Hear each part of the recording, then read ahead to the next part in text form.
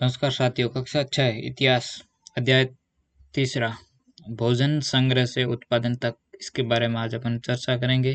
भोजन संग्रह से उत्पादन तक। विभिन्न प्रकार के भोजन। विभिन्न प्रकार के भोजन भोजन कई प्रकार के होते हैं। आज हमें अपने भोजन का अधिकांश हिस्सा उगाई गई फसलों और पाले गए पशुओं से मिलता है। उगाई गई फसलों और पाले गए पशुओं से मिलता है। अपना भोजन है जो अधिकांश हिस्सा है वो इनसे मिलता है। भिन्न-भिन्न फसलों को उगाने के लिए भिन्न-भिन्न जलवायु की आवश्यकता पड़ती है। अलग-अलग फसलों को उगाने के लिए अलग-अलग जलवायु की, अलग-अलग मौसम की आवश्यकता पड़ती है। जैसे धान की खेती के लिए गेहूँ या जौ की तुलना में उम, धान की खेती के लिए गेहूँ या जौ की तुलना में ज़्यादा पानी की ज़रूरत पड़ती है। इसीलिए हम देखते हैं कि किसान विशेष फसल है जो विशेष क्षेत्रों में ही उगाते हैं। यही नहीं, पशुओं को भी अपने अनुकूल वातावरण की आवश्यकता होती है। उदाहरण के तौर पर हम देख सकते हैं कि सूखी और पहाड़ी जलवायु में मवेशियों की तुलना में भेड़ या बकरी अधिक सहजतापूर्वक जीवित रह सकते हैं। पर जैसा कि तुमने अध्याय 2 में पढ़ा है, स्त्री पुरुषों ने अपने भोजन का उत्पादन हमेशा नहीं किया है। खेती और पशुपालन की शुरुआत। अध्याय 2 में हमने पढ़ा है कि दुनिया की जलवायु बदलती रही है। जलवायु ये वो बदलती रही है और साथ ही लोग जिस वनस्पतियों और पशुओं का भोजन के रूप में इस्तेमाल करते हैं, वे भी बदलते रहे। लोगों का ध्यान कुछ बातों की ओर गया, जैसे खाने योग्य वनस्पतियाँ कहाँ-कहाँ मिल सकती हैं, बीज कैसे अपनी डंठल से टूटकर गिरते हैं और गिरे बीजों का अंकुरण और उनसे पौधों का निकलना आदि। इसी तरह उन्होंने पौधों की देखभाल करनी है वो शुरू कर दी होगी। चिड़िया और जानवरों से पौधों की सुरक्षा की होगी, क्योंकि जानवरों से पौधों की है जो सुरक्षा की होगी ताकि वे ठीक से बढ़ सकें और उनके बीज पक सकें। इस प्रकार धीरे-धीरे वे कृषक बन गए होंगे। इस प्रकार है वो धीरे-धीरे क्या है कि पौधों को अंकुरित होना, पौधों का निकलना और पौधों की देखभाल शुरू की होगी। फिर चिड़िया और जानवरों से उनकी सुरक्षा की होगी ताकि पौधा है वो ठीक से बढ़ सके और उनके बीज है वो पक सके और धीरे-धीरे वे क्या है कि कृषक बन गए। इसी तरह लोगों ने अपने घरों के आसपास चारा रखकर जानवरों को आकर्षित कर उन्हें पालतू बनाया होगा। जानवरों को पालतू बनाने के लिए घरों के आसपास चारा रख के उनको नज़दीक बुलाकर पालतू बनाया होगा। सबसे पहले जिस जंगली जानवर को पालतू बनाया गया, वह कुत्ते का जंगली पूर्वज था। सबसे पहले जो जंगली जानवर को पालतू बनाया वो कुत्ते का जंगली पूर्वज था। धीरे-धीरे लोग हैं जो भेड़, बकरी, गाय, सूअर जैसे जानवरों को अपने घरों के नज़दीक आने को उत्साहित करने लगे। धीरे-धीरे क्या है कि भेड़ है, बकरी है, गाय, सूअर इनको घरों के नज़दीक आने के लिए उत्साहित करने लगे और ऐसे जानवर झुंड में रहते थे। जैसे भेड़ है, बकरी है, गाय, सूअर सभी क्या है झुंड में रहते हैं और ज़्यादातर घास खाते हैं। ये क्या है कि ज़्यादातर घास खाते हैं और अक्सर लोग अन्य जंगली जानवरों के आक्रमण से इनकी सुरक्षा किया करते थे। बाकी जो जंगली जानवर से आक्रमण करते थे उनकी ये लोग इनकी सुरक्षा करते थे और इस तरह धीरे-धीरे वह पशुपालक बन गए। क्या है कि जानवरों को भेड़ है, बकरी है, गाय है, सूअर इनको पालतू बनाकर धीरे-धीरे ये पशुपालक बन गए। एक नवीन जीवन शैली। तुम किसी पौधे के बीज को बोकर देखो और तुम पाओगी कि इसी विकसित होने में कुछ वक्त लगता है। इसे जो विकसित होने में क्या है कि टाइम लगता है। और इसमें कुछ दिन, महीने या फिर साल तक लग सकता है। इसलिए जब पौधे जब लोग पौधे उगाने लगे तो उनकी देखभाल के लिए उन्हें एक ही जगह पर लंबे समय तक रहना पड़ता है। लोगों को क्या है कि पौधा जब अंकुरित होता है, बड़ा होता है तब तक वहाँ रहना पड़ता है। बीज बोने से लेकर फसलों के पकने तक पौधों की सिंचाई करने, खरपतवार हटाने और जानवरों और चिड़ियों से उनकी सुरक्षा करने जैसे बहुत से काम शामिल है। कटाई के बाद अनाज का उपयोग बहुत संभाल कर करना पड़ता था। कटाई के बाद अनाज का जो बहुत संभाल कर करना पड़ता था। और अनाज को है जो भोजन और बीज दोनों की रूपों में बचाकर रखना आवश्यक था। एक तो भोजन के लिए अनाज को काम में लिया जाता था और अगली साल बोने के लिए उनको बीज के रूप में भी बचाकर रखना पड़ता था। इसीलिए इसलिए लोगों को इसके भंडारण की बात सोचनी पड़ी, इसको भंडारण करने में बात सोचनी पड़ी। बहुत से इलाकों में लोगों ने बड़े बड़े बर्तन बनाए, टोकरियां बुनी या फिर जमीन में गड्ढा खोदा।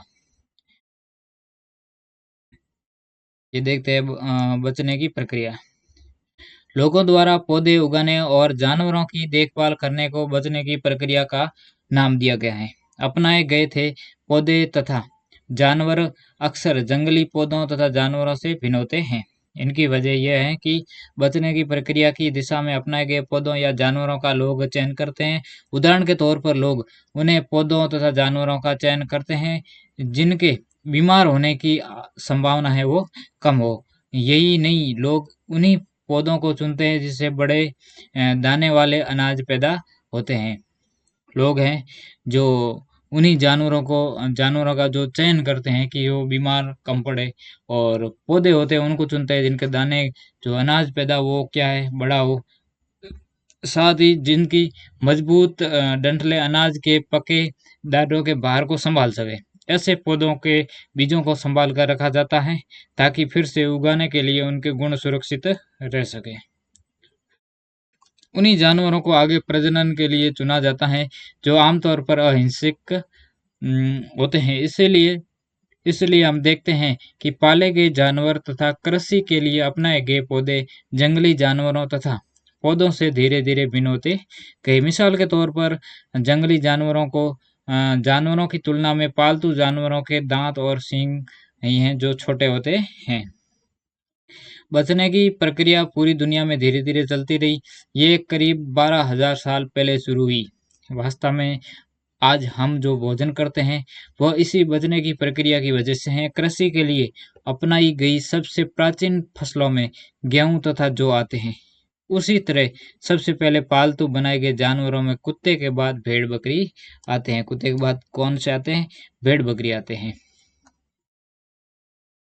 जानवर चलते फिरते खाद्य भंडार। जानवर है जो चलते फिरते खाद्य भंडार। तो जानवर बच्चे देते हैं जिससे उनकी संख्या बढ़ती है। जानवर क्या है कि बच्चे देते हैं, उनसे उनकी संख्या बढ़ती है। अगर जानवरों की देखभाल की जाए तो उनकी संख्या तो बढ़ती ही है, साथ ही उनसे दूध भी प्राप्त हो सकता है जो भोजन का एक अच्छा स्रोत है। यही नहीं, जानवरों से हमें मांस भी मिलता है। दूसरे शब्दों में पशुपालन भोजन के भंडारण का एक तरीका है। आओ आरंभिक कृषकों और पशुपालनों के बारे में पता करें। क्या तुम्हें कई नीले वर्ग दिख रहे हैं? पता है, इनमें से प्रत्येक बिंदु उस जगह को दर्शाता है जहाँ पुरातत्वविदों को शुरुआती कृषकों और पशुपालकों के होने के साक्ष्य मिले हैं। ये पूरे उपमहाद्वीप में पाए गए हैं। इनमें सबसे महत्वपूर्ण पश्चिमोत्तर क्षेत्र में, आधुनिक कश्मीर में और पूर्वी तथा दक्षिणी भारत में पाए गए हैं। वास्तव में ये निर्दिष्ट स्थान के कृषकों और पशुपालकों की बस्तियां थी या नहीं, इसे जांचने के लिए वैज्ञानिक खुदाई में मिले पौधों और पशुओं की हड्डियों के नमूनों का अध्ययन करते हैं। इनमें से सबसे रोचक जले हुए अनाज के दानों के अवशेष हैं। जले हुए अनाज के दानों के अवशेष, ऐसा लगता है कि ये गलती से या फिर जानबूझकर जलाए गए होंगे। जो अनाज के दाने हैं वो या तो गलती से जल गए होंगे या फिर उनको जानबूझकर जलाए गए होंगे। वैज्ञानिक इन अनाज के दानों की पहचान कर सकते हैं। इस तरह हमें पता चलता है कि इस उपमहाद्वीप के विभिन्न भागों में बहुत सारी फसलें उगाई जाती रही होंगी। वैज्ञानिक विभिन्न जानवरों की हड्डियों की भी पहचान कर सकते हैं, उनकी हड्डियों की भी पहचान कर सकते हैं। नीचे दी गई तालिका से तुम ये जान सकते हो कि कहाँ-कहाँ अनाजों और पालतू जानवरों की हड्डियाँ के अवशेष मिले। तो अवशेष कौन-कौन से स्थानों पर मिले हैं, तो ये इस सारणी में दिया गया है। ये अनाज और हड्डियाँ और ये पूरा स्थल, कौन से स्थल पर कौन सी जो अवशेष है वो मिला है। तो गेहूँ, जौ, भेड़, बकरी, मवेशी। गेहूँ, जौ, भेड़, बकरी और मवेशी, ये मेहरगढ़, ये आधुनिक अभी पाकिस्तान के अंदर है, मेहरगढ़ स्थान है, वहाँ से मिला है। चावल है, जानवरों की हड्डियों के टुकड़े हैं, ये कोल्डिवा से मिले हैं, ये आधुनिक उत्तर प्रदेश के अंदर है। कोल्डिवा है आधुनिक उत्तर प्रदेश में।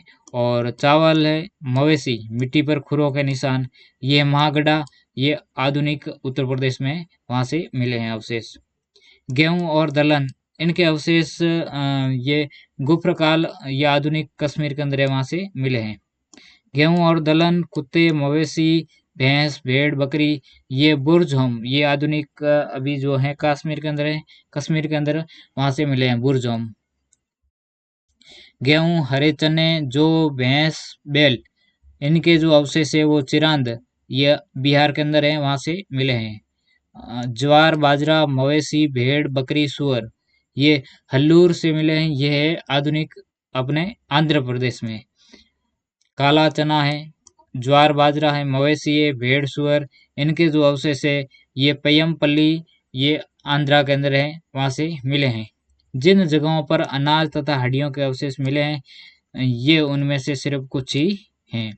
तो ये अनाज और हड्डियां और पूरा स्थल कौन कौन से अवशेष है वो कौन से स्थान से मिले हैं। अगला है स्थायी जीवन की ओर। पुरातत्वविदों को कुछ पुरास्थलों पर झोपड़ियों और घरों के निशान मिले हैं। पुरातत्वविदों को कुछ स्थानों पर झोपड़ियां और घरों के निशान मिले हैं, जैसे कि बुर्ज होम जो कश्मीर में है के लोग गड्ढे के नीचे घर बनाते थे। बुर्ज होम के लोग थे जो गड्ढे के नीचे घर बनाते थे, जिन्हें गर्तवास कहा जाता है। जिन्हें क्या कहा जाता था? गर्तवास। इनमें उतरने के लिए सीढ़ियाँ होती थी, नीचे उतरने के लिए सीढ़ियाँ होती थी। इससे उन्हें ठंड के मौसम में सुरक्षा मिलती थी। ठंड के मौसम में क्या है? सुरक्षा मिलती थी। पुरातत्वविदों को झोपड़ियों के अंदर और बाहर दोनों ही स्थानों पर आग जलाने की जगह मिली है। झोपड़ी के अंदर भी जगह मिली है आग जलाने की और बाहर भी मिली है। ऐसा लगता है कि लोग मौसम के अनुसार घर के अंदर या बाहर खाना पकाते होंगे। ऐसा लगता है कि मौसम के अनुसार ठंड में अंदर और गर्मी के अंदर बाहर खाना पकाया जाता होगा। बहुत सारी जगहों से पत्थर के औजार भी मिले। बहुत सारी जगहों पर क्या मिले हैं? पत्थर के औजार। इनमें से कई ऐसे हैं जो पुरापाषाण युगीन उपकरणों से भिन्न हैं, इसीलिए इन्हें नवपाषाण युग का माना गया है। इनमें से वे औजार भी हैं जिनकी धार को और अधिक पैना करने के लिए उन पर पॉलिश चढ़ाई जाती थी। ओखली और मूसल, ओखली और मूसल तथा का प्रयोग है जो अनाज तथा वनस्पतियों से प्राप्त अन्य चीजों को पीसने के लिए किया जाता था। ओखली और मूसल का आज हजारों साल बाद भी ओखली और मूसल का प्रयोग अनाज पीसने के लिए किया जाता है। उसी तरह प्राचीन प्रस्तर युगीन औजारों का निर्माण और प्रयोग लगातार होता रहा है। कुछ औजार हड्डियों से भी बनाए जाते थे। कुछ औजार है जो हड्डियों से भी बनाए जाते थे। नवपाषाण युग के पुरास्थलों से कई प्रकार के मिट्टी के बर्तन मिले हैं। नवपाषाण युगीन है जो कई प्रकार के मिट्टी के जो बर्तन मिले हैं। कभी-कभी इन पर अलंकरण की भी किया जाता था। बर्तनों का उपयोग है जो चीज़ों को रखने के लिए किया जाता था। बर्तनों का उपयोग है जो वस्तुओं को रखने के लिए किया जाता था। धीरे-धीरे लोग बर्तनों का प्रयोग खाना बनाने के लिए भी करने लगे। धीरे-धीरे क्या है कि खाना बनाने के लिए करने लगे। चावल, गेहूँ तथा दलहन जैसे अनाज अब आहार का महत्वपूर्ण हिस्सा बन गए थे और इसके साथ-साथ अब लोग कपड़े भी बुनने लगे थे। इसके लिए कपास जैसे आवश्यक पौधे लगाए जा सकते थे।